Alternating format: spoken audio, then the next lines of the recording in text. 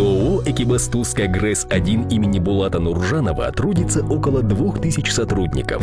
Одним из ключевых направлений деятельности компании является забота о своих работниках. На предприятии предусмотрен один из лучших в регионе социальных пакетов. В преддверии Дня Республики Казахстан материальную помощь в размере 300 тысяч тенге получили порядка 130 сотрудников станций, многодетные родители и работники, воспитывающие детей с особыми потребностями. Менің отбасыма көңіл аударып, маған көмектескендерің үшін көптен көп рахмет. Ваша забота наполнила наши сердца добром. Спасибо вам огромное. Хотел бы поблагодарить руководство станции за оказанную материальную помощь на День Республики. Очень помогло. Приобрел детям мягкую мебель. Аталған көмек өте орынды.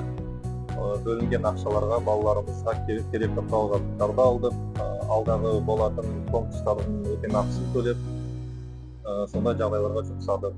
Аталған көмек үшін алғысымды білдіремін. Хочу выразить слова благодарности станции, руководству нашему за материальную помощь. Ваша материальная помощь мне как раз помогла детей в школу водить на зимний период. Біздің отбасымызға көрсеткен қолдауларыңызбен қамқорлығы үшін шын жүректен алғысым айтамын. Сіздердің істеріңізге, халыққа деген жанашыр көзқарастарыңызбен бірге үлкен демеу болды. Хотел бы выразить слова благодарности руководству станции ГРЭС-1 за предоставленную материальную помощь. Это было очень неожиданно и приятно.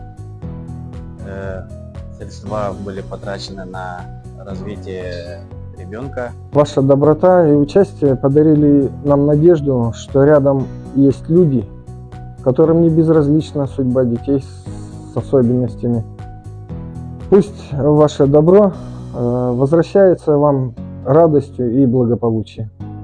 Біздің станциямызға алғыс білдірейін деп едім, материалдық көмек берген үшін.